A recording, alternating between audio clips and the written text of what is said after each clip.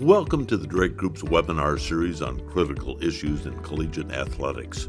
Today's discussion, the disintegration of the NCAA, the price of rejecting national governance. Our moderator is David Ridpath, Associate Professor of Sports Business at Ohio University. On behalf of the Drake Group, thanks to all of you attending and joining us today. Unfortunately, we do have to start with some sad news in the world of higher education, college sports, and certainly with regards to the Drake Group. We're saddened to report that Dr. Jerry Gurney, who served the Drake Group as its president from 2014 to 2016, and as a member of its board of directors for 12 years, passed away last night from cancer. Jerry was a professor emeritus at the University of Oklahoma, and he educated generations of future athletics managers about critical issues in college sports. As a member of the Drake Group Education Working Committee, he co-authored over 15 major position statements and numerous press statements on current issues in intercollegiate athletics. Jerry was nationally recognized as an expert on NCAA rules and academic metrics. He brought this unique knowledge to the service of the Drake Group and to members of Congress. While representing the Drake Group, he testified before Congress and was instrumental in enabling the construction of federal legislation and igniting congressional pressure to improve health protection and academic outcomes for college athletes. In appreciation and with the greatest respect and thanks, we salute Dr. Jerry Gurney as an extraordinary educator of great personal integrity and whose generous service has brought great distinction to the work and reputation of the Drake Group.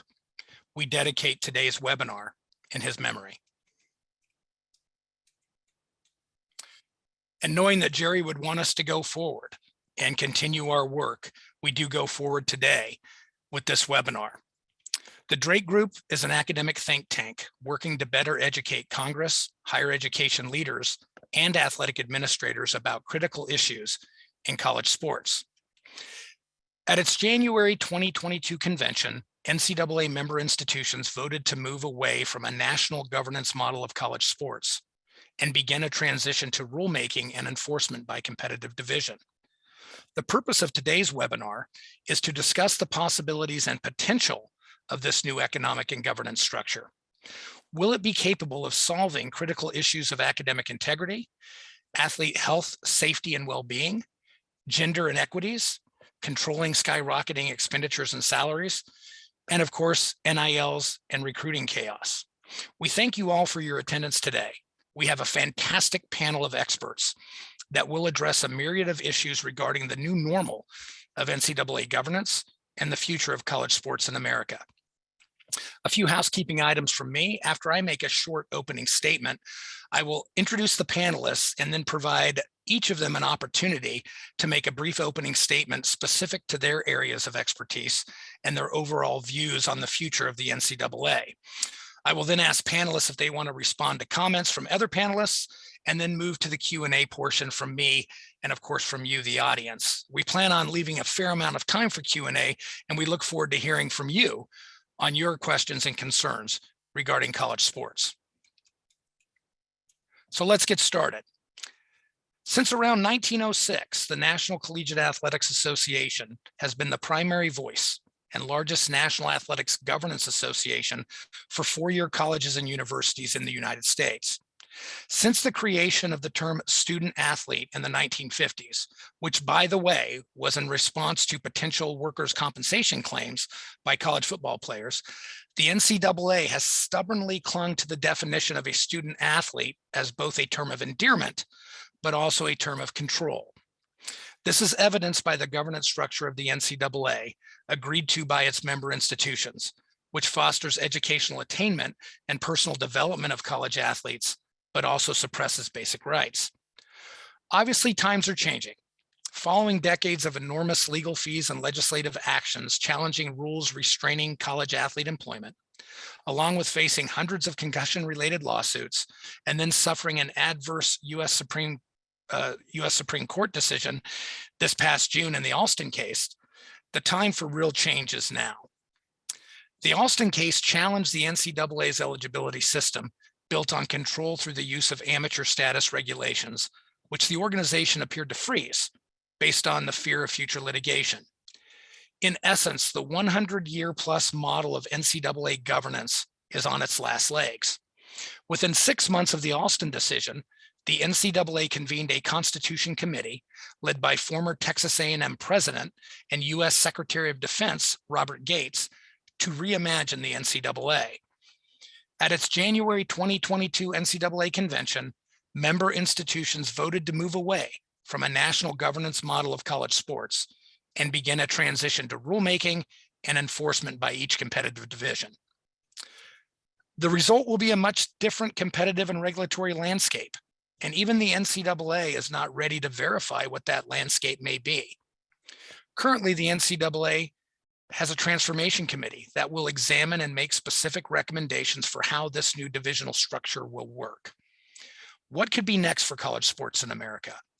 For all of us who are committed to continuing the good that college athletics does for athlete personal development and the excitement and pride it brings to campus, local communities, and alumni, there is a need to understand this new economic and governance structure, along with potential recommendations to make it better. Will this new structure be capable of solving many of the issues that will be discussed today, including what we said before: academic integrity, athlete health, safety and well-being, gender inequities, financial challenges, the athletes' rights movement, and other potential harms to participants and higher education? As mentioned, we have a great panel to address these issues and answer questions about where we go from here and the positives and negatives of change.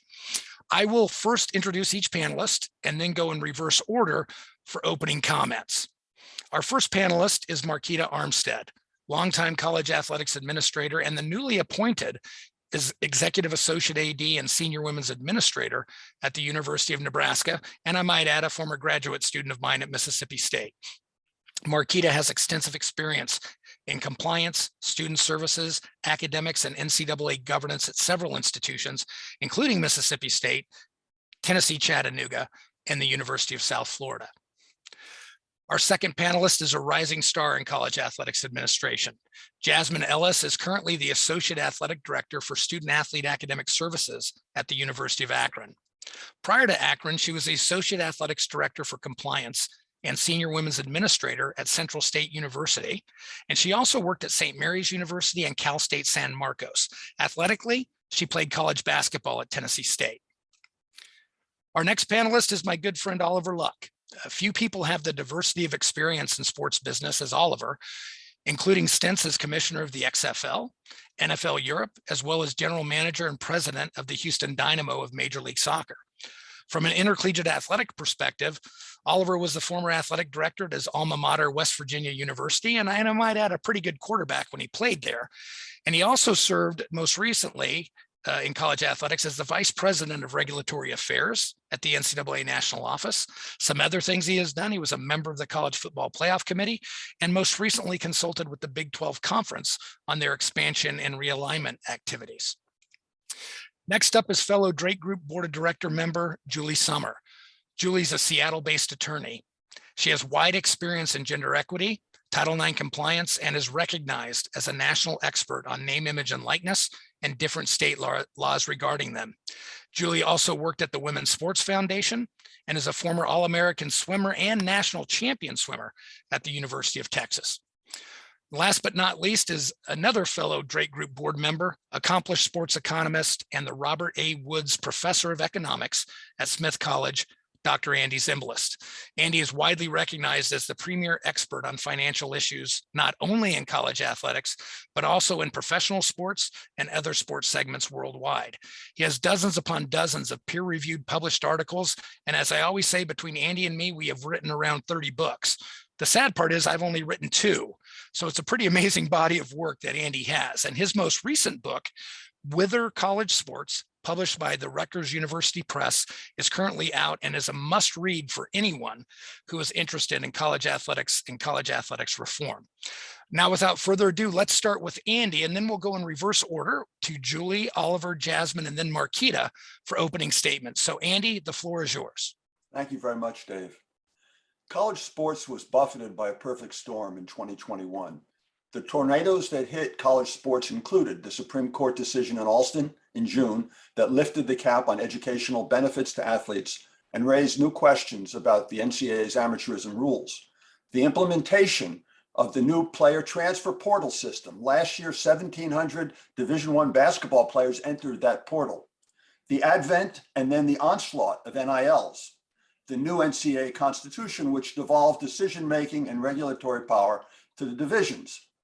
The pending FLSA and NLRB cases that attempt to convert student athletes into employees.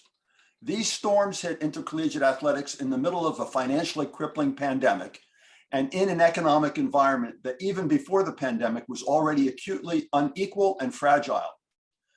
Among the significant impacts of these developments will be decreasing revenues as sponsorship payments are diverted from athletic departments to student athletes, and increasing costs as athletic departments have to divert resources to NIL support and to a more competitive player market due to the transfer portal. Consider the financial picture within Division I in 2019, the last year of data before the pandemic. There were median athletic department losses of $18.8 million in FBS and $14.3 and $14.4 million losses in FCS and Division I without football. Within FBS, the median athletic department in the Power Five lost $6.97 million, and the median loss in the Group of Five was $23 million. The financial changes of 2021 then will take a precarious situation and make it untenable for most schools, even within the Power Five. This development in turn will create stronger pressures for athletic departments to align more closely with new revenue opportunities from sports betting, expand the college football playoffs, reduce spending on non-revenue sports, and raise student athletic fees. Eventually, there will be pressure to reduce coaches' compensation, but this will take years to develop. And in the meantime, athletic departments will create larger and larger drains on the educational budgets of their universities. The few athletic departments that are able to withstand the challenges of this new financial environment will break further and further away, eschewing longstanding strictures on amateurism and more fully embracing commercialism. This centrifugal force will be even stronger since these departments will now be responsible for their own litigation bills as the new NCAA constitution rids itself of these obligations. Where all this ends up will depend in significant part on our fickle court system and our equally fickle and feckless US Congress. Thank you. Yeah, I love the fickle and feckless comments, Andy. Very good. Julie?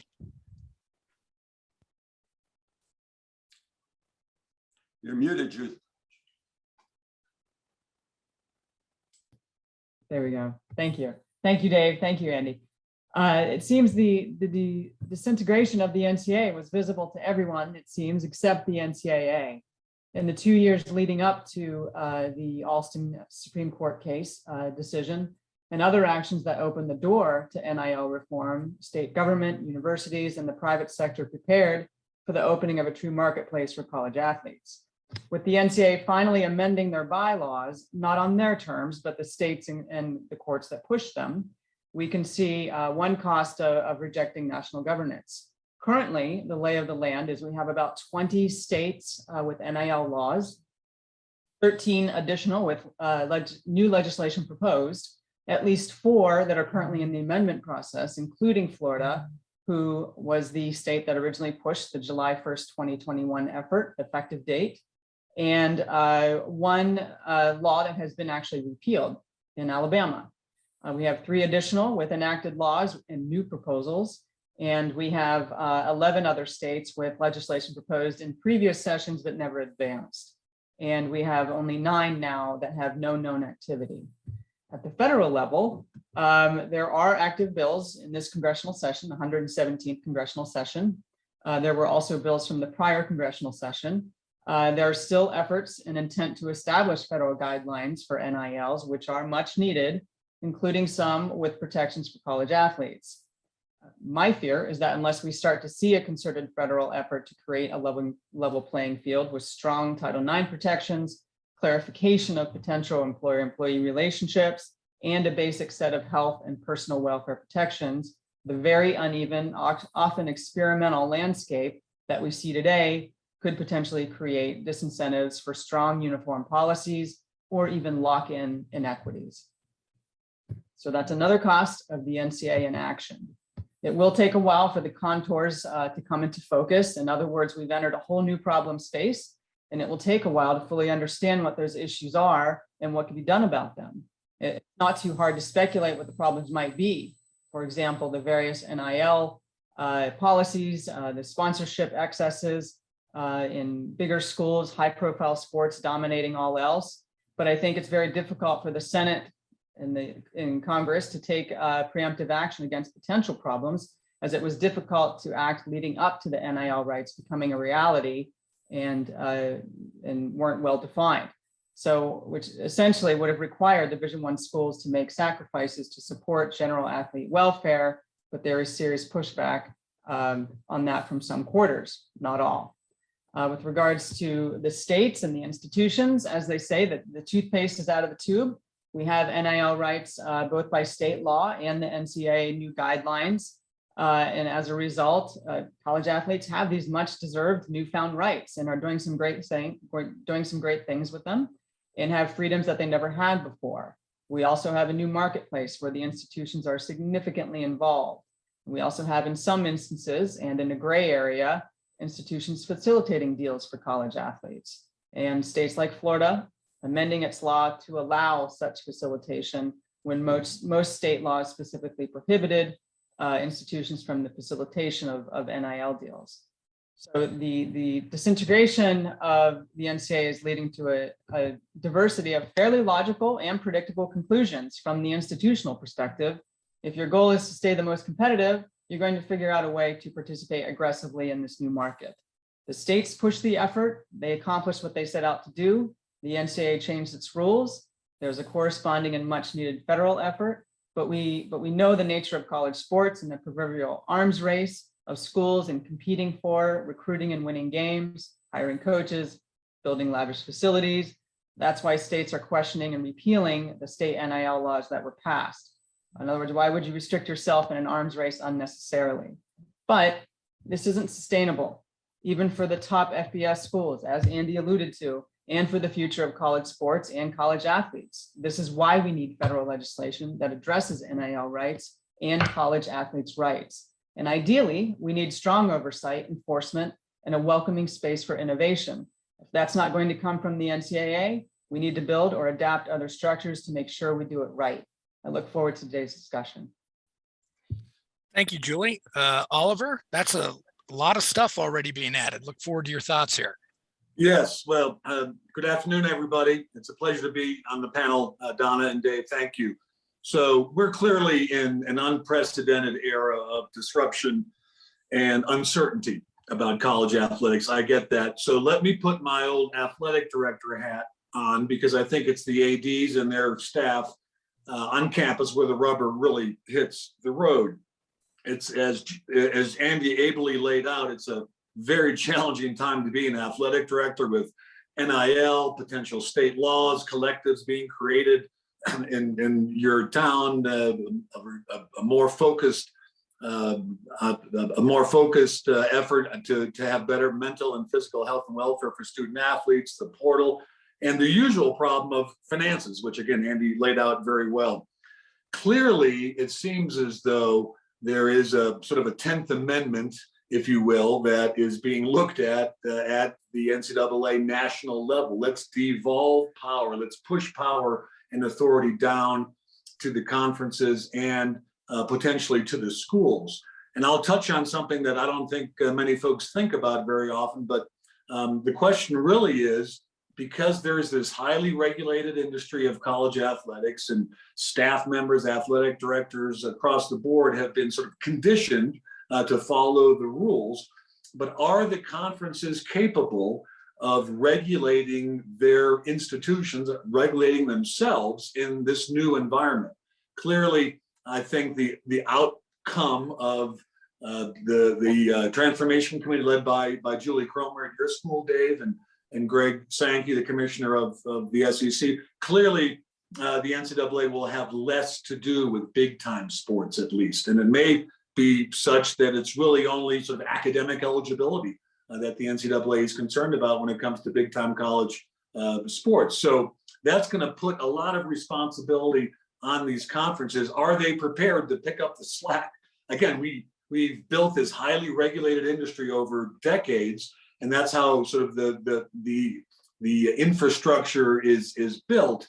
And it's a question for me whether there is enough capability, enough expertise at the conference level, because you certainly can't leave it to a school by school level, or else this idea that perhaps is a Alice in Wonderland idea, but this idea of competitive balance will completely be thrown out the window, and we'll get a very sort of stratified system, certainly at least in the revenue sports.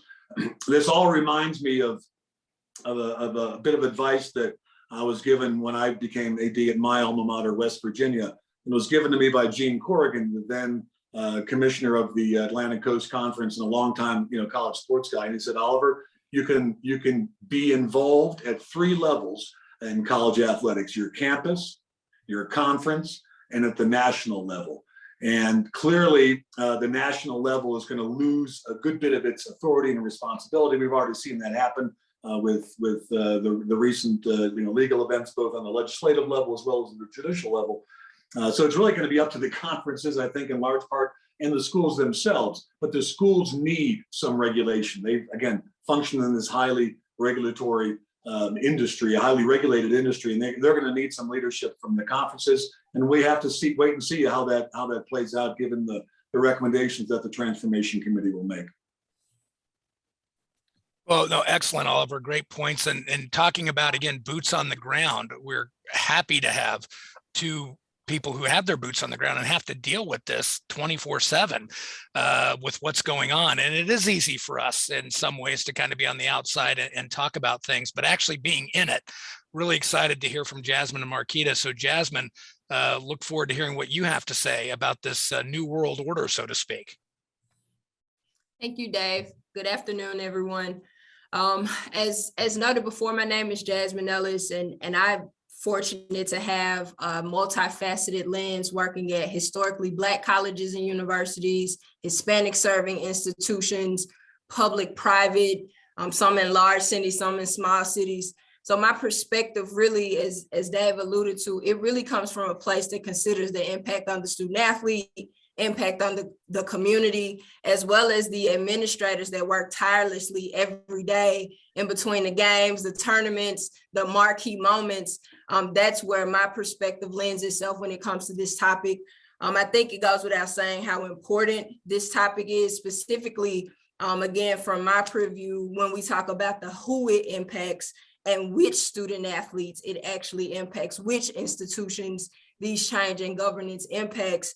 And in some instances, as everyone has alluded to, in some decision making, it's only a certain perspective that's even considered, that's even given the latitude of open discussion. And so this conversation is pivotal when it comes to looking at the marginalized groups within college athletics, the institutions that aren't in an arms race or creating the arms race, the institutions that's just in general admission looking at the race.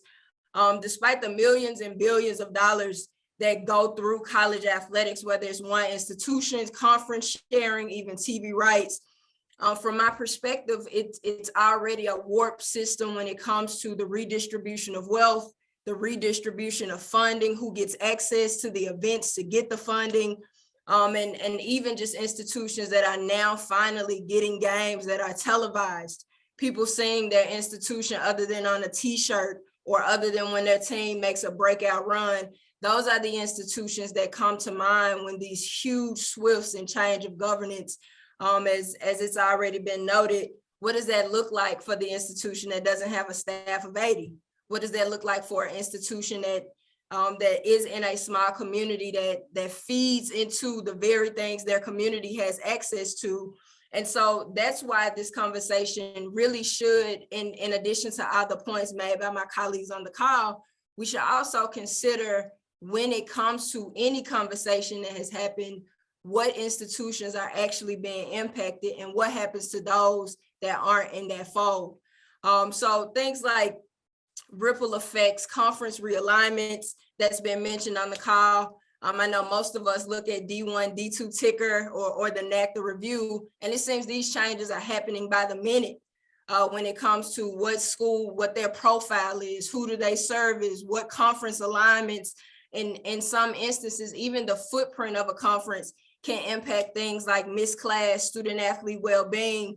And when those things aren't also addressed in the conversation, not only do you create kind of the moat that we're discussing today from a revenue perspective, but a fit perspective. You know, some students truly are still, some administrators truly are still geared and guided by charisms of a university, by charisms of a conference.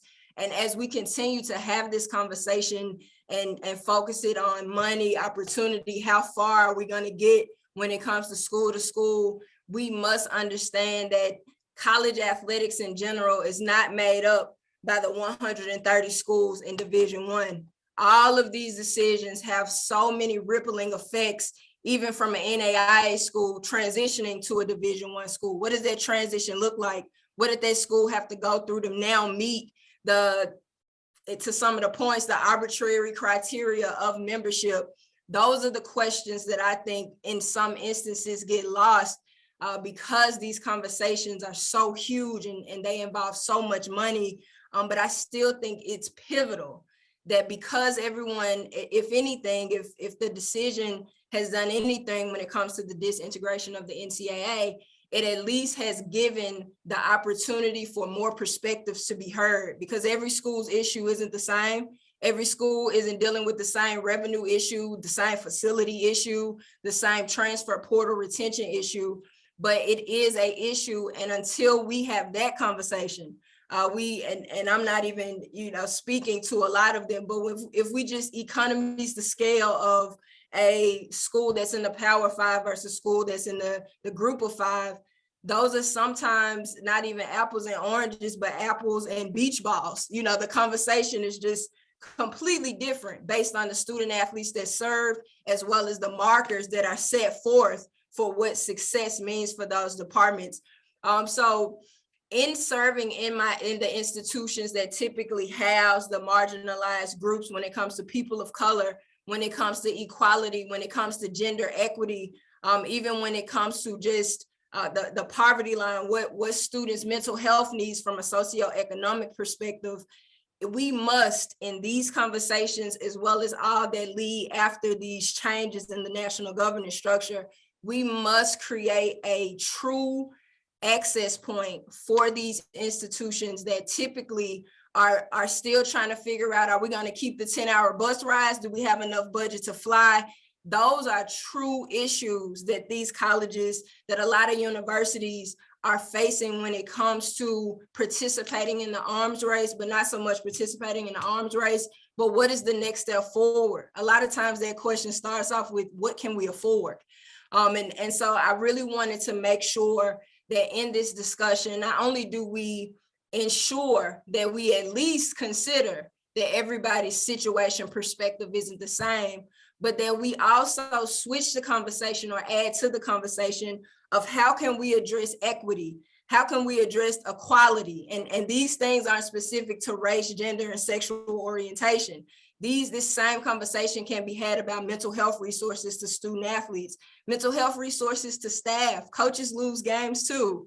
Athletic administrators are disappointed too when things happen on campus. But unless we instill that into the conversation, unless at a minimum we actually realize that every solution to a problem is not a solution to the issue, then I think we can move forward in those conversations and not just find a happy medium, but also consider that there are hundreds of athletes in this country, hundreds of athletes that come from other countries to participate in our model of college athletics. And we will be doing them as well as ourselves an injustice if we did not recognize that this conversation is so much larger than a student athlete getting an NIL deal versus a conglomerate going out and soliciting an NIL deal. But there are member institutions impacted by the release of governance, impacted by conferences being able to supplement NCAA legislation or schools amongst themselves creating it.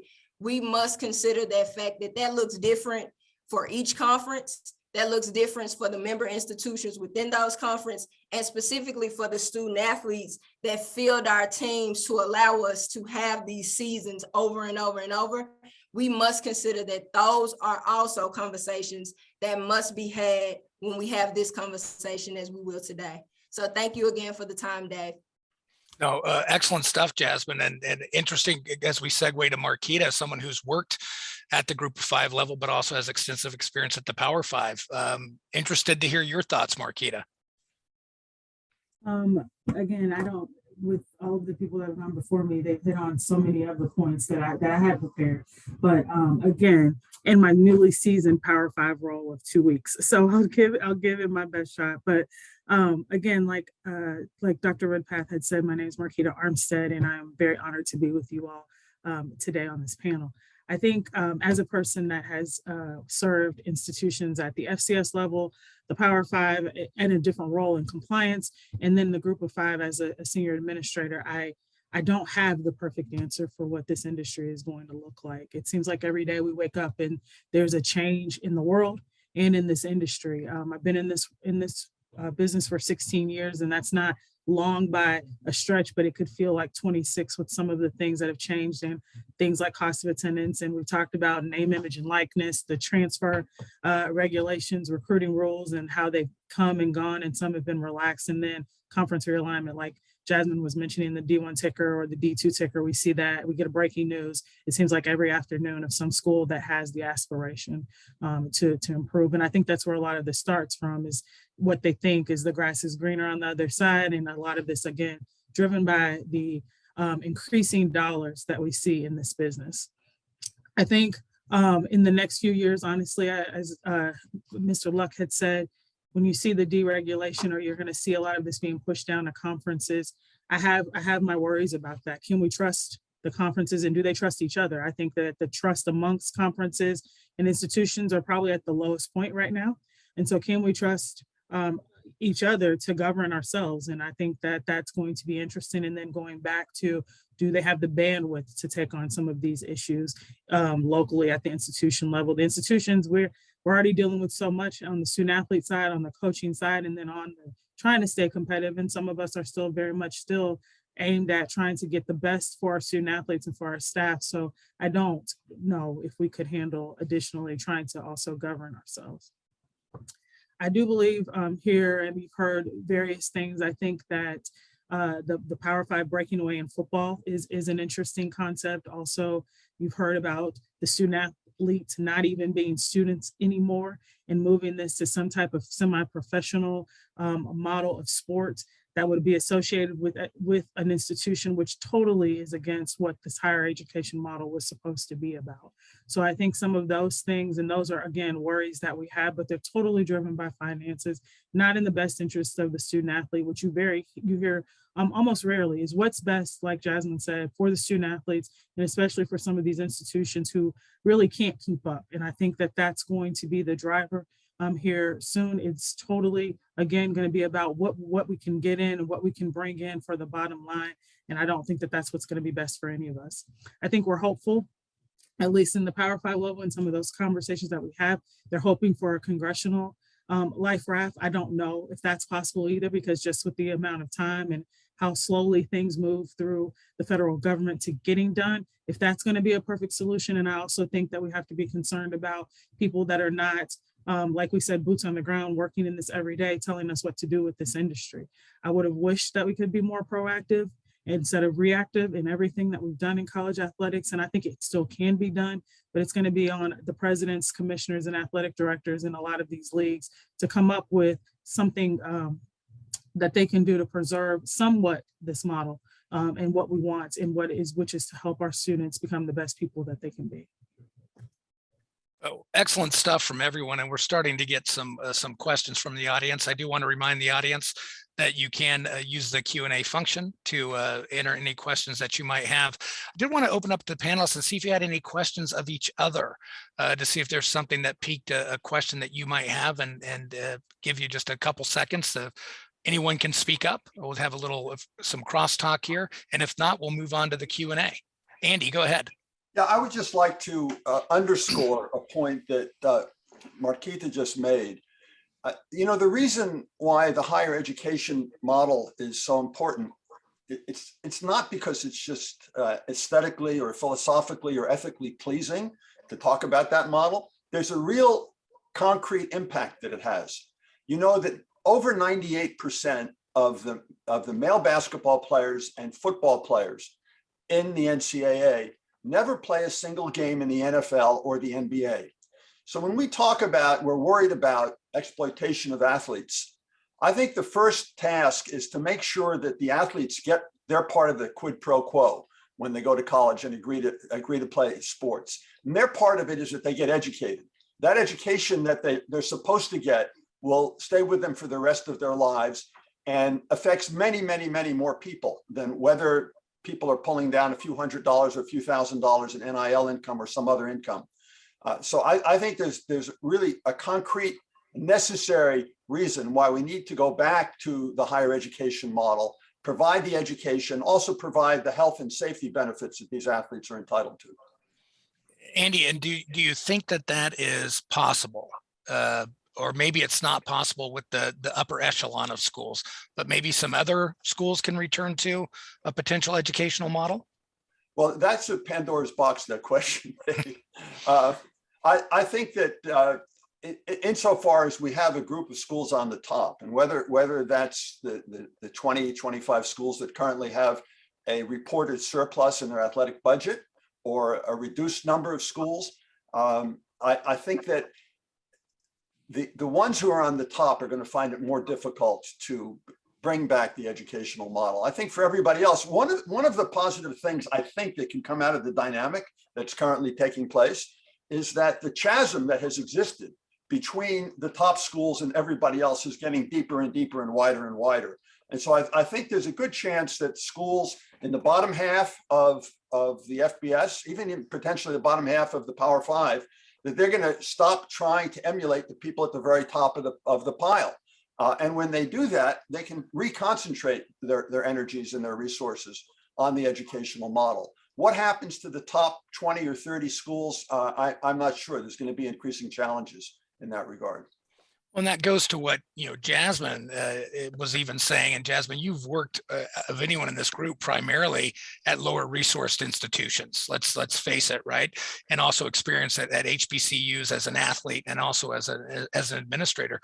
Could you see something like that happening, Jasmine, that where schools that you've worked at maybe would say, we're done, and we are going to really just focus on the educational and really make this an extracurricular option and just let the other schools run away and do what they want to do? Well, I appreciate that question. I really think most of those schools have not had the room to see what that looks like, to continue to try to chase after the larger schools, because if anyone on the call understands even identifying as low resourced or going with the budget neutral option, you recognize at the beginning that we can only go so far. We only have the aptitude to do so much. So I think what it will do, similar to what COVID did, at a minimum, it will start the conversation with what resources do we already have? Let's reach across campus. What are we already doing? Because these are full-time students at the foundation of any student athlete. They always go through the normal admission process. And this is my compliance hat now. They always go through the same process as every other student to get into these institutions. And so they have some fiduciary resources just based on their association as a full-time student. So I think some schools have already had no choice but to recognize just how far their reach is. But I do think a point that's been made is a lot of the schools that have been overreaching, they have been allowed to operate in a deficit.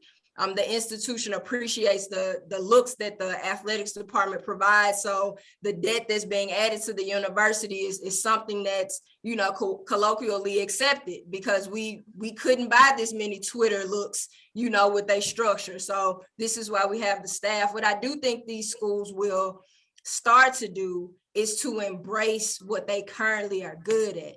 And that's an old coaching philosophy. I don't need you to be my buzzer beater, but I do need you to box out. I do need you to get some offensive rebounds. I do need you to go after those. I think from, that's very hyperbolic, but from an analogy standpoint, a lot of schools will start to recognize that we're doing very good academically. We're leading the conference in the number of students that play our most traveled sport, but also getting engineering, nursing degrees. And I think that's a byproduct because the general university is having to make those decisions as well. That they're having to reach out and do partnerships with city public-private relationships, because the model has not been sustainable. But we still need a new facility. We still need to offer a recreational facility for our general students. And because that focus has had to shift from just the revenue conversation, a lot of that started with just about money. Now you see so many athletics departments that's not operating in silos. You see so many partnerships. You see issues like gender equity, diversity, and inclusion being the forefront of a lot of athletic-led conversations, because that's what's happening on campus. That's what's happening in the community. And so I really think, a lot of schools will have a curve because, the huge stadiums, the $1 million parking lots, the multiple facilities, all of those things look great online. But as we all know on the call, if you can't recruit a student and retain them, then that's costing you more money than going into debt for the facility that you may or may not need. So I really think a lot of schools will kind of turn that conversation inward, see where their resources are the most leveraged, and then we'll start to see a decrease in schools trying to be the Power 5 school that's getting millions just from the conference that they're in, and really honing in on what they're good at and the ways that they can monetize the things that they actually have, and not what they have to do from a debt situation. Hey, Dave, Yeah, please, Oliver, go ahead. If I could, I think Andy, really hit the nail on the head, right? Which is, are we able to have this athletic program at all the different divisions and still fulfill the academic mission, which really is at the core of all of the institutions of higher education. But keep this in mind with those top 20, 25 schools. Last year in the 2021 NFL draft, how many players from Alabama were chosen in the 7 rounds? 10. How many players from Ohio State were chosen in the 7 rounds of the 2021 draft? 10 as well. For many of those top 25 schools or so that Andy referenced, a lot of those young men, and this is probably true in basketball as well, given the sort of power structure in that sport, this is the pathway to their job as a professional athlete. Now, that doesn't mean you can't fulfill the academic mission. I would argue it's much harder, given just the sheer volume of training and film and weight room and off-season workouts and you name it. And then you add on NIL opportunities. And at that level, the top 25 level, those NIL opportunities are pretty significant in terms of dollar figures. So it's probably much more difficult at the top level to fulfill that academic mission than it would be as you move down the proverbial food chain in the NCAA hierarchy. Marquita, you want to comment on that, being our Power 5 rep? I think though, honestly, a couple of things. I think that is true. What Jasmine said and what Andy said. I think even at the Power 5 level, some of those schools are going to have to reckon within themselves and figure out if chasing those dreams. We've seen. I think I saw a stat the same 5 teams in the CFP. Since its inception, at least they've all been there at least once every year, at least one of those teams every year since the playoffs started. So again, even for the institutions who are spending those dollars, are those the best use of the dollars? Especially, again, NIL has been a big conversation in my first couple of weeks here. And how are we doing that? And if we're spending all of this money on all of these other things, and that becomes something that we need to do for our students, or to help, if that becomes the law here, to help with your students, is that the best use of your funds always the nice shiny new building, or is it trying to get some of these resources and continue again with the academic resources and other things that we already provide? So I think that is true, but I think some of these it's not just a low resource institution issue. It's going to be a lot of schools that are going to have to do a gut check on how you're using those resources and if you're allocating them in the best way. So you might see a lot of schools stop with the arms race. Agree. And Julie, the elephant in the room in all of this that we haven't spoken a lot about is Title IX. That is not going to go away. So Julie, why don't you comment on that a little bit? Surely isn't. It's 50 years in and it's not going away, Dave. So there's two very distinct issues when it comes to Title IX. And of course, the conversation is one thing when we're just talking about name, image, likeness, which is here. And another thing when we open that Pandora's box, Andy referred to with regards to, the employer-employee relationship and that possible road and environment. But when it comes to Title IX, there's two very distinct issues. The requirements for funding through mandates of the law, where we create a floor and parity across schools and gender, teams, opportunity, and whether it's being complied with is a whole nother story. You know, we're 50 years into it and we still have about 90% of schools out of compliance with Title IX and about $1 billion shortfall in scholarship monies. Certainly we've made some progress in 50 years, but that is far from compliance with the law. And then aside from the mandates of Title IX, you have the money that flows purely through the marketplace. So as Justice Kavanaugh referred to the NCAA as a cartel in his consenting opinion in the Alston case, it's an anachronistic model and it's outmoded, and it's not a helpful observation if we don't fill that void with federal legislation and some kind of structure.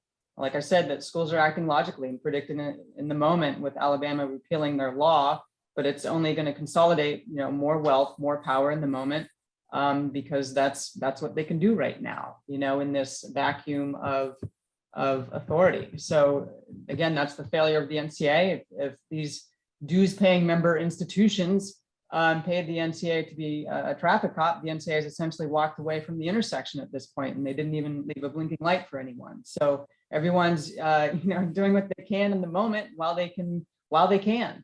So it's it's a dereliction of duty, and it's going to cause more lawsuits. That's what's got us here. And in this environment, it will only create more without some type of uniformity. So, I just add, there's more questions than answers right now. I think we're all throwing it out there, but these questions are critical. They're critical to ask right now. They're critical to address. And the more likely that we do that, the more likely that we'll, do the right thing. And I think one question specifically with Title IX is the law is intended to apply to educational institutions and students being students, not employees. But it is silent technically, specifically on compensation. So how do you treat that? The law, Title IX, is not silent on treatment, benefits, and financial aid. So how will that translate?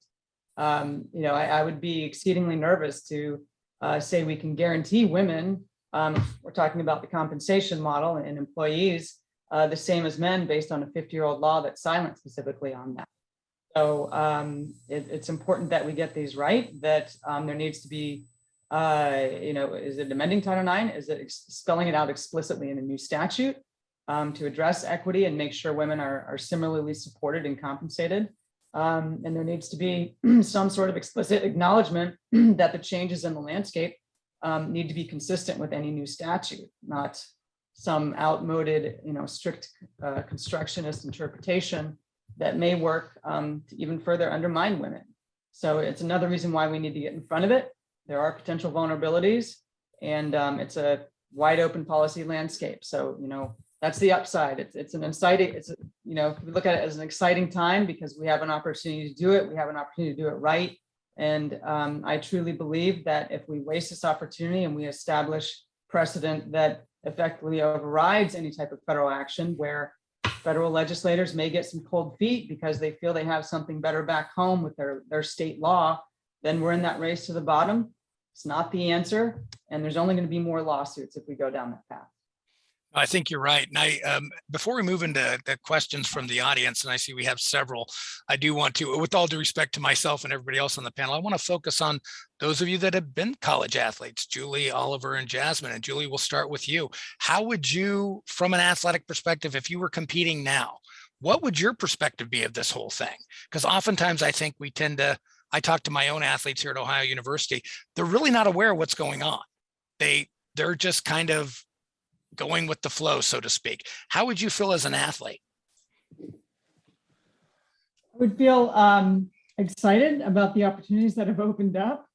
but nervous as to, what's going to happen the very next year, or, for my niece, that's a swimmer who's good enough, or at least she's going to be swimming in college. I'm concerned about the future of college sports. It's, to go down the road of the consolidation of power with the wealthiest schools, and have what Andy mentioned in terms of, exploring other types of revenue in terms of betting organizations, reducing opportunities, increasing student fees. I don't believe it's sustainable. That concerns me. And I think we're doing a disservice to college athletes and college athletics if we don't, take these issues seriously now and get in front of them. And Oliver, not only were you a premier college athlete, you also had children who were premier college athletes. How, as a parent, as a former athlete yourself, how would you absorb all of this? How would your kids absorb all of this as college athletes? Yeah, to me, there's one word that has applied, back in the 60s or 70s or 80s and is applicable today as well, and that is balance, right? It's hard being a college athlete. I don't care what level you're participating at, what sport. It's challenging. Your time is precious. There's been a new element added, which is, I can go out and do some NIL deals and, make $1,000 or $10,000 or whatever it is. It's all has to be put into balance. And ultimately, the most important thing, I felt this as a student athlete. I told this to my kids who played in college, and as well as, my charges, if you will, at WVU when I was athletic director. The most important thing is academics. Andy's absolutely right. Very few people have a chance to make real money as professionals. So it's about balance, and that hasn't changed. And it's tough because a lot of kids come out of environments where they haven't really been able to sort of create that balanced approach to life. But I don't share Julie's pessimism about the model of college athletics. I think it's got incredibly strong roots and huge equity across the country. And I think one of the reasons it does is that parents are tripping over themselves to get their kids college scholarships, right? They're taking club sports, they're doing high school sports, they're doing travel teams, they're spending tens of thousands of dollars on private coaches. Why? To get their kid a scholarship to State University XYZ to play sport ABC. That won't change. People are competitive in this country, and I think because of that, you're seeing just an incredible growth, honestly, in college sports and the dollars that are being generated. Excellent. And Jasmine, to you again, just to be kind, you were a college athlete a lot more recent than others on the panel, right? So how about your perspective with what's going on, and how would you be as an athlete with all this going on around you? Dave, my knees would beg to differ. I feel that I played multiple years of sports, college athletics specifically. I think to the points, that have been made, when I was a college athlete, it was still taboo to think about transferring. That conversation you didn't have in the locker room. You were hesitant to have it with your family because it seemed as if you weren't grateful for your current opportunity. And so if I were a student athlete of today, I would have a substantial amount more even information just on that the process. I can go and look up the manual myself. I can walk into the compliance office and ask that question instead of, hey, you transferred that one time, what was it like? So I think right now, as a student athlete, especially in the world of NILs, I would want to know what that means. And a lot of student athletes, even those that are not informed on everything, they are so much more educated. They ask so many more questions. They really want to be a part of the decision making. And so now I would take advantage of that. If it was ever a time that a student athlete could ask a question and expect the answer, because students, the first thing they do is go and look up what you told them to make sure that it's accurate, I would ask that question. I would absolutely see, hey, coach, what does this look like? Hey, compliance administrator, what does this look like? But again, this conversation, even just the privilege of saying I want to go to another place, it's very isolated to a type of college athlete, to a college athlete that's highly recruited. that their best games are always televised, that their stats are on a ticker.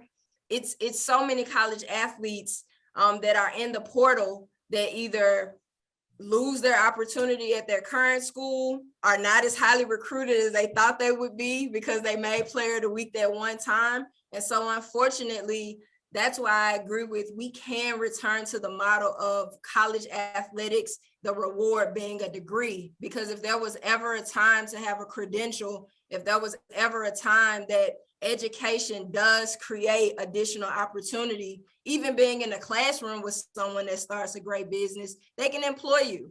And if, depending on the industry, both of you could be extremely rich with the 2 years of school that you went to. And so I really think if I was a college athlete now, the information is different, so I would know more, but I would also be able with the internet to see that just because the student enters the portal does not mean that they'll be placed. Just because a student enters the portal doesn't mean that they can stay at the current place, because aid agreements are still in a lot of cases for that year, for their one academic year. And so I would really just be able to not only weigh what my options are, but it's so many resources that I can go out and really make an informed decision, that when I truly was in this position as a college athlete, just the information wasn't available, let alone the actual opportunities to do something else. So I really think right now, student athletes, coaches, administrators, this is the best time to embrace collaboration. This is the best time to embrace that, you know, the mystique of college athletics has been unveiled. So it's not a big secret anymore. You can go out, you can source that information. But I absolutely would take advantage of being able to ask those questions, leverage my opportunity. And I'm a Southerner, and my mother would make sure that if this is the place that's going to give you a degree, that you've earned it, you have roots here, you're a part of their community, then those things are the things that'll capitulate your career far before you transferring to another school and getting 6 more minutes on the court. And so I think that that's a very different onset from when I previously was a student athlete to the options that I have now. Excellent stuff. Oliver, you want to comment on that? I just wanted to say one thing. You know, the other way of looking at all of this, I think all of us would agree that student athletes over the last couple, 3, 4, 5, 10 years, whatever, have been empowered, and that's a good thing. I think we all agree. So that's, you know, NIL, the portal, you name it. But, you know, with those new rights come additional responsibilities, and that's putting a lot on these young people. But guess what? We're not going backwards. This is going to be the core of the future moving forward. And that's all about educating those young people about the rights that they have and also the responsibilities. Going into the portal it's a big decision that a young person would make. And guess what? There are kids who aren't coming out the other side with scholarships. But, you know, that's with those rights come additional responsibilities. And I think that's one lens to look through to sort of look at what's going on currently. I absolutely agree. Have several questions from the audience with about the 30 or so minutes we have left. So I do want to get to those, and I'll just kind of try to direct traffic here. We have a question from Sandy Thatcher. He's asking about what about the financial structure. We'll start with Andy. The financial structure of college athletics will likely result in the reduction of support for non-revenue producing Olympic sports, which has been the main source, as we know, of Olympians for the US. Should Congress consider the model that other countries follow of supporting national teams through national financing? Maybe. We're the only country that participates in the Olympics that doesn't have direct federal financing for developing the Olympic teams. I think insofar as this applies to college, first of all, Sandy's observation is probably correct. There's going to be increasing pressure to cut some of the non-revenue sports / Olympic sports. I have to say, however, that I look at this not as a problem with our generating Olympic teams, but rather providing the student athletes with an athletic experience. The athletic experience, whether it's at Division 1, 2, or 3, that athletes have is by and large, is very beneficial for them.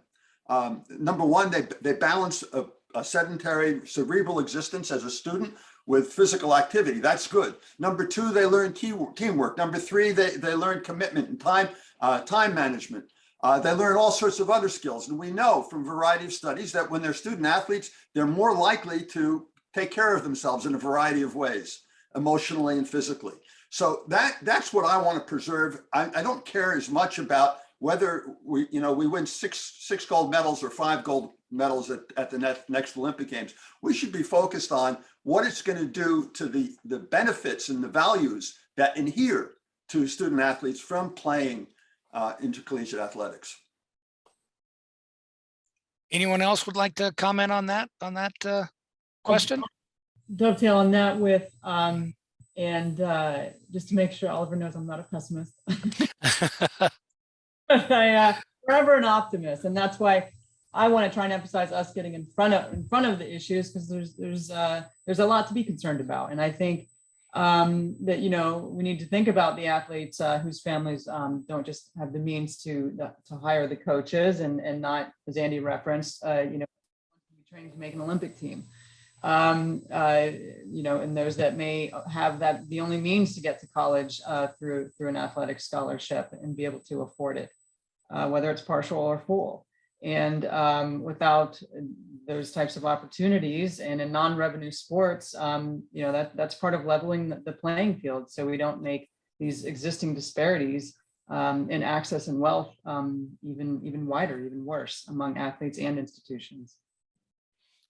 Anyone else? I would think just on the Olympics piece, the Olympics obviously is something that all Americans who care about sports should take some pride in, and the success that we've had.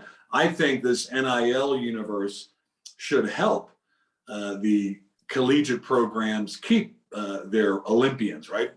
Katie Ledecky doesn't need to leave Stanford to go train full time so that she can, make some NIL money, right? She can stay at Stanford, compete collegiately, win a bunch of NCAA championships as she has, but also generate, whatever revenue she's able to generate. So at least theoretically, as you think about it, whether it's, track and field or swimming or any of the other Olympic sports, mostly in the summer, not so much in the winter.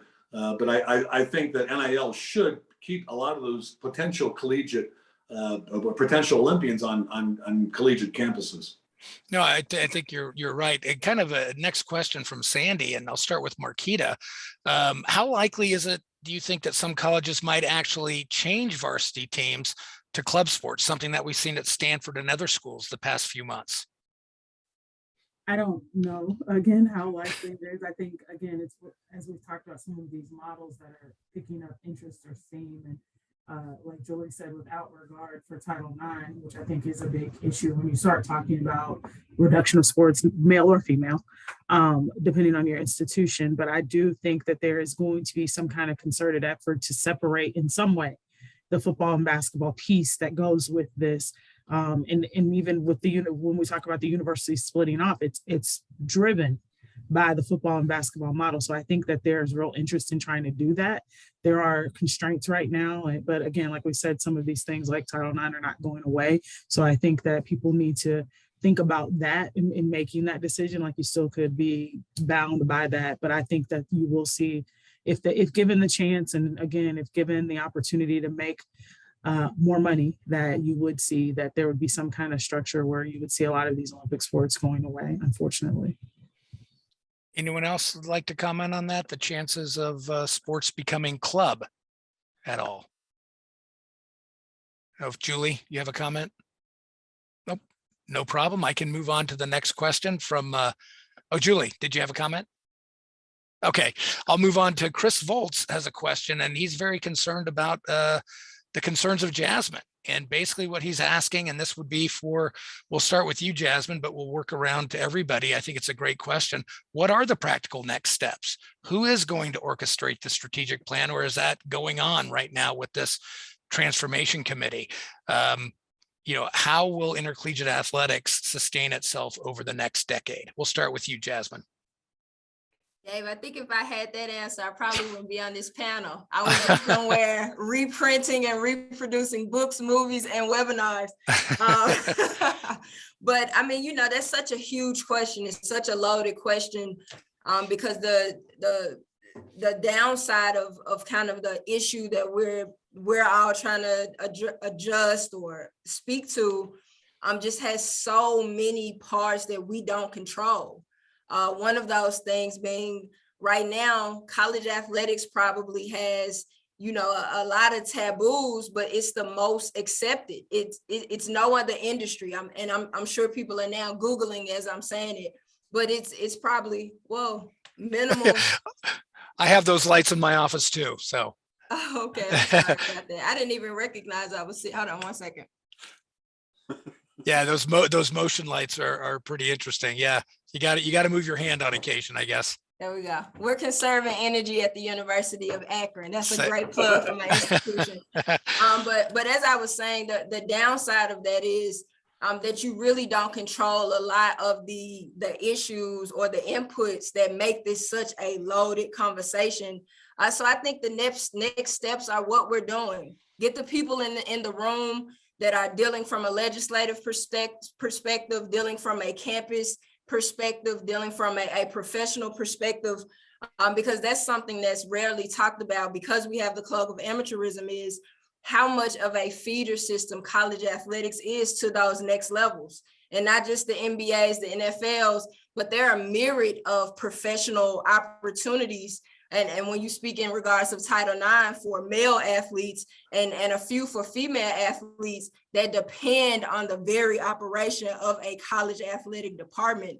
And so before we're able to even start answering that question, we must at a minimum recognize what's a college athletic issue and what's an issue based on who we do business with.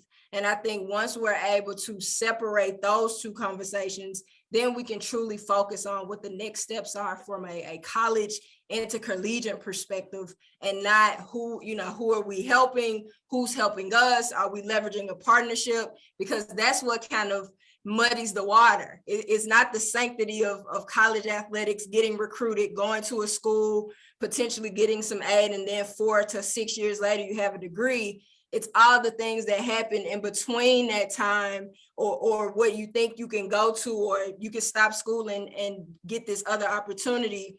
Those are the conversations that muddy the water. They kind of, downplay the award of a degree, because there's still a substantial amount of people in our country, in our very smart, powerful country, that don't have access to higher education.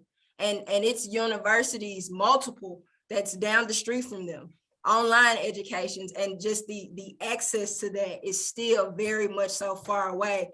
So I don't have the answer. Hopefully we come up with it on this call, but there's some fundamental conversations we must have before we can start to approach what's the next steps, because there's so many instances that contribute to our current issue. You had some good suggestions. I mean, Oliver, you've been on all sides of this, from the professional side, which relied on colleges and universities, and being on the inside. What are those next steps? How does the strategic plan go? Who are the stakeholders that need to be involved? Well, the transformation committee is going to take the lead. That's sort of the system that is in place, and that won't change very quickly, if you will. I do think that if the folks on that committee are honest with themselves, they will look at Division I, all 350 some schools, and say to themselves, wow, there is not a lot of commonality in the 4 or 5 or 6 or 7 different categories of those schools in Division I. They may redefine what it means to be a Division I school. You may have to have a certain number of sports, and all those sports may need to be full scholarship, no more partials. Why should we disadvantage a softball player or track and field athlete versus a football player? What sort of value conversation needs to happen with that? So there could be financial issues, budgets. I mean, there's all sorts of criteria that one could imagine. But I think if the group is sort of brutally honest with itself, it'll come to the conclusion that there are a lot of different slices, if you will, or tiers of schools in Division I, and there may be some of those tiers that move a step or two away from the NCAA's governance structure. Enforcement, Dave, and you know a lot about this Mhm. based on your past with the association. Enforcement may play a much more minor role with some of those tiers, if you will. They may outsource that. The college football playoff, which is an LLC unrelated to the NCAA, the CFP may decide it's going to run the regular season and the playoffs for big time college football, wherever that cut point may be. So I don't have a crystal ball. I don't think any one of us does. But I do think that the discussion, certainly about Division I, will really begin in earnest and in a very fulsome manner when the Transformation Committee says, "Hey, here's our recommendations." And Andy, you're at a Division III school. What are your thoughts on how can this be done? Well, let me come back to Division III later, but pick up on something that Oliver said, which is that, to be sure, there are a lot of different characteristics within Division I right now. And if the Transition Committee is honest with itself, they'll recognize that. And what I was alluding to earlier will transpire, which is that there'll be a group of 20 or 30 schools at the top that break off. And as they break off, they will have to deal with different suits and processes that are underway right now that seek to declare athletes to be employees. And once they do that, then the schools are going to be up against paying Social Security taxes, up against paying workmen's compensation, up against paying unemployment compensation. The athletes themselves will be paying income taxes. The IRS will take another look at different UBIT rules that have benefited the universities enormously, the athletic programs in the universities. There's going to be a lot of other changes. And the Drake Group, as you know, Dave, has for a couple of years now been supporting legislative efforts, and there have been a few, and there's another one underway now, legislative efforts for the Congress to commission a perhaps shorter or longer, roughly a 2-year study to look at the entirety of college sports, ask questions like, what do we want our college sports system to be doing? What do we want our colleges to be doing? The US Congress and the US government is already very involved in the activity of higher education. There are about $200 billion a year in budget money that go to US colleges, $30 billion of Pell Grant money every year, many of which goes to college athletes. They're already involved. Back in the 1970s, the Congress had a 3-year commission to study our Olympic system. It was controlled in the old days by the Amateur Athletic Union. After that study was done, it was reorganized under the USOC, now the USOPC. We think that all of these elements that are changing are all interrelated with each other, and there needs to be a coherent package of reform. It's not going to happen at a decentralized level. In spite of the skeptical remarks I made earlier about the US Congress, I think we're dependent on them now. I think they're the ones that have to impose some structure and some meaningful process to show us the way forward. I think, yeah, you're likely correct. Marquita, where do you think this is going? Do you think the Transformation Committee can get it done, or is it going to have to be from the outside?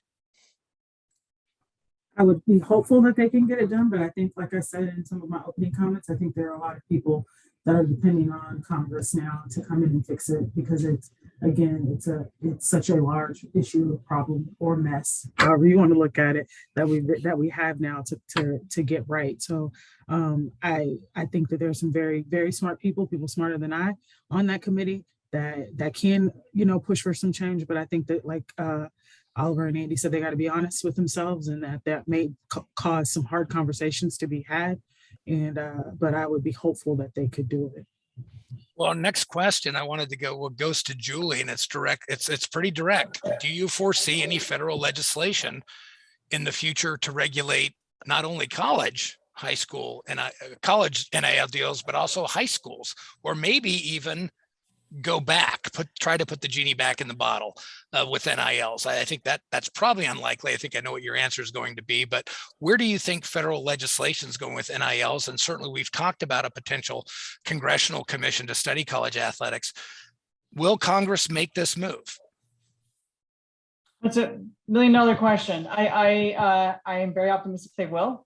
I think the question is when. I think there's progress that's being made. There was some progress last year. And again, I think it was hard for them to act without knowing exactly what would be happening and how it would play out. now that these things are playing out, we have these, all of the states moving in terms of passing their own laws and now repealing, but the institutions creating their own sophisticated consortiums to support their institutions. They exist solely for each institution and act solely on behalf of that institution. So there's a lot of interesting questions that come into play with that. And in terms of, are these essentially surrogates of the institution, and are they subject to federal laws, such as, I'll keep with my theme of the day, Title IX. And so, it can't be emphasized enough when the institution is involved, there must be equal effort for publicity exposure and efforts at marketing. And now we have facilitating in the state of Florida and perhaps other places. So we're squarely in this Wild West, and how to determine these issues is yet to be decided. And I agree with Andy. It's in Congress's court now. The ball is in their court, hopefully, and we can get some progress there. So it's a good question. I don't know if it's going to happen this year. I certainly hope it does, because with the discussions of things like employment, and some of the proposals include that at the federal level as well, on organizing and possible collective bargaining agreements, that it needs to be addressed at the federal level rather than, as Jasmine noted, the decentralization and letting the schools and conferences basically take over. Oliver, it's no secret that you are part of a NIL collective, Country Roads Trust at West Virginia University, your alma mater. How are you handling some of these issues regarding NILs? And do you feel that there'll be federal legislation to help regulate, or even perhaps negotiating directly with the athletes to talk about potential NIL restrictions? So I don't know if there'll be congressional legislation. I mean, it would be welcomed, but of course, it depends on the spectrum of what you want from that legislation and how it would be implemented. And my crystal ball there is very, very fuzzy. I helped with a couple of other fairly well-off alumni to put together a collective or a trust to support NIL opportunities for my alma mater. West Virginia doesn't have a state law, so there were really no restrictions there. And I think, as everybody on this panel knows, and everybody listening as well or watching, the NCAA has, quite honestly, been very silent on a lot of this. I think, Julie, did you use the analogy of the policeman just walking off, the traffic cop walking off the square or something, and letting traffic just handle itself? So that's the situation we're in. Lots of communities, right, without necessarily direction from their institution, have set up these collectives. Julie, you're a UT grad like I am from law school, and they've got 4 different trusts or collectives, one taking care of just the baseball players, one taking care of just a certain position on the football team, tight ends, one taking care of offensive linemen, and one that is much more sort of broadly focused on the athletes at the University of Texas. So, some regulation will come into this space at some point, but right now, as has been said, there really isn't much. It's a vacuum. Some states have state laws. Some of those state laws are being amended. And I would think that trend, beginning with Alabama, that totally repealed its NIL law, and then following up with Florida that's amended it, I think you'll see that states don't want to restrict their beloved flagship universities and others, because there's a massive amount of pride and satisfaction when a state university flagship school XYZ wins a championship or wins a title. Absolutely. And moving on to our next question from Mike Seeley, they're gambling oriented, the new world of sports betting. Start with Andy. Do you feel that athletic departments are going to be under stronger pressures, as are professional teams, to align with sports betting because it could be such a prominent revenue source? Yes, I said that actually in my initial remarks. I do think there's going to be a lot of pressure to do that, and I'm scared to dickens at what's going to happen. I mean, it's one thing when you introduce sports betting at the professional sports level. Our professional sports athletes are very well compensated, or at least the vast majority of them are. And I think hence they're pretty immune to taking bribes about altering a game. College athletes are not well compensated, maybe with the exception of a handful now that are getting, as Nick Saban told us, his quarterback is getting $1 million in NIL money. But I think that they're targets here. And the referees and umpires in the games of college sports, they're targets too. And I think that, having, just as happening now in the professional stadiums and arenas, you've got sports betting parlors. Are we going to see them in college sports stadiums? Just the way that we're now seeing the sale of alcohol in college sports stadiums. There's a very slippery slope that this can all go down. And it scares the heck out of me. I'm not sure how it's going to be regulated short of Congress. Any other comments from the panelists on gambling? Oliver? I respect Andy's position on this, but I also, ask myself, my gosh, there's been bookies for the last 50, 60 years taking bets on college games all across the country. So one of the arguments, I don't know if it's a good one or not, Andy, I'd be curious on your response, but one of the arguments is, bring the sports gambling, the illegal sports gambling out of the shadows, just like it's been done in Europe with, first division soccer, second, third, fourth division soccer. Use AI and all the data to determine if there is a game that's being thrown. It's happened in the past in college, of course, if you think about, some of the scandals, rarely, but has happened in the past. Is there a better way to regulate it, I suppose, and keep the student athletes sort of out of harm's way in terms of being being bribed, if you will, to throw a game? I don't know the answer, but I do know for a fact that sports gambling on college games has been happening for decades. Right. No, and that's a great point. Go ahead, Andy. Well, just very briefly, it's interesting to note, since you brought up European soccer, that there has been a freedom in Europe for a long time to bet on soccer games. They have now taken a position that it's gone too far and it's not being regulated properly. And sure, if we could put everything out in the sunshine and we could have efficient and effective regulatory bodies, then maybe this wouldn't be a problem. But the problem that I see, Oliver, is that we don't have those bodies and that there's going to be an enormous expansion in the activity around college sports betting. For professional sports, people are going to watch games increasingly because they're making prop bets. So what's going to happen on the next play? Is that the way we want our fans and our students and our communities to be relating to college sports? I just think there's a lot there that we haven't figured out, and it's scary. Yeah, and we are getting short on time, so I'm going to do a bit of a lightning round here. And I do want to let the audience know that your questions are going to be answered on our follow-up. And there's so many good questions. And again, I knew that we would have a tough time getting to all of these questions. I hope a lot of your things have been answered. But I'm going to ask a question from our president, Donna Lopiano, which I really like. We'll start with Jasmine. What is the minimum that has to be done to prioritize graduation as a desirable outcome? After all, this is still supposed to be about education. Well, I think what we see on a very minimal basis is that the other options, so professional, starting your own business, you see these athletes 20 years later going back to get their degree. You see some athletes that promote, hey, I'm on a bus, but I'm doing a discussion board and I'm running through the tunnel. I really think we'll just have to transition the connotation of college sports. While it does serve as a revenue source, we must get back to those conversations of this is for life preparedness.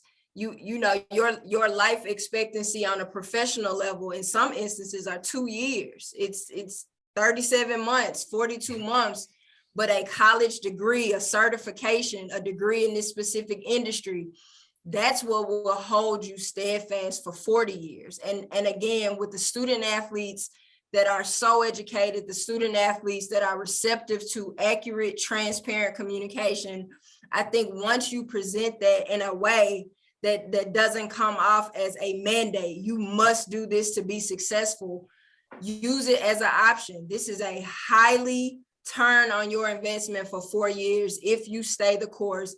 Get your degree. So it's a few athletes that stay in school that could have left and gone to professional, but they made the decision from a family perspective, I'm a starting guard in college, but I'll be a practice player in the pros. I should get my degree. And so I think the connotation has to transition. As it's been said on the call right now, the money is the forefront of that conversation. And unfortunately, we see a lot of our student athletes that's going to these huge institutions. They come from backgrounds that are low income. They come from backgrounds that they're the first and only in a lineage of generations to even step foot on a college campus.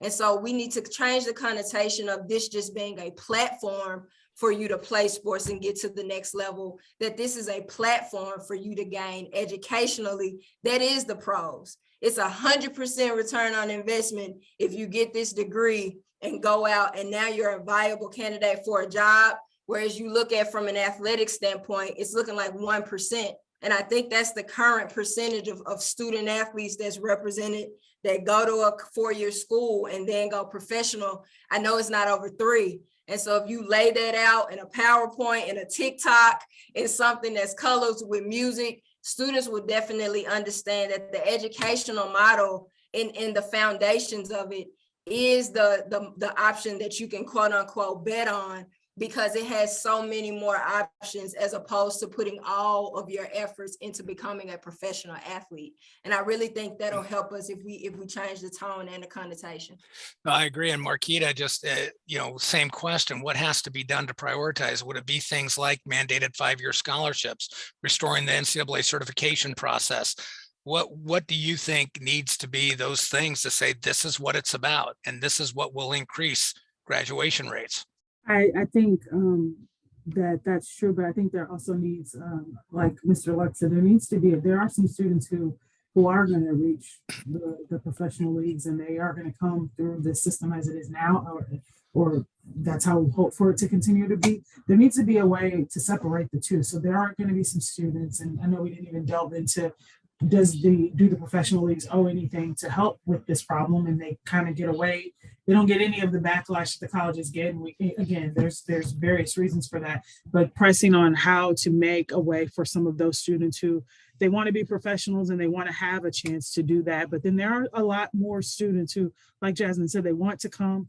They're the first in their family to get an education. They are coming. They know that being a professional athlete might not be in the future. They might come with aspirations of that, but they realize somewhere down the path and that they can get a meaningful degree, because a lot of times, and I know, Dr. Redpath, this is one of your pet peeves, they are put into some of these majors where it's about eligibility and staying eligible, and that's it. But where they could have some time to really find out what they want to do post athletic participation and go into fields and get meaningful degrees. So I think that there needs to be a way that we can help, if it is even for us to still help both sets of right now they're student athletes, but those prospects that they want to put something into trying to make a run at being a professional athlete, but also to still service the students who really come here for that higher education model. That we need to figure out how to do that. Well, thanks so much. Unfortunately, we have to end. There's so much more I wanted to ask, so many more questions from the audience that we are going to get to. But again, I want to thank our panel. This was fantastic. There was some great insight. I felt like I earned a doctorate in college athletics just listening to you. So I really, really appreciate it. Again, to the audience, we will get to your questions, and apologize we couldn't get to them all. Again, thank you, panelists. I'm giving you a applause from me. Thanks again, and thank you to everyone for joining again this Drake webinar. We will have another one in April and more news to follow up on that soon. Thank you again.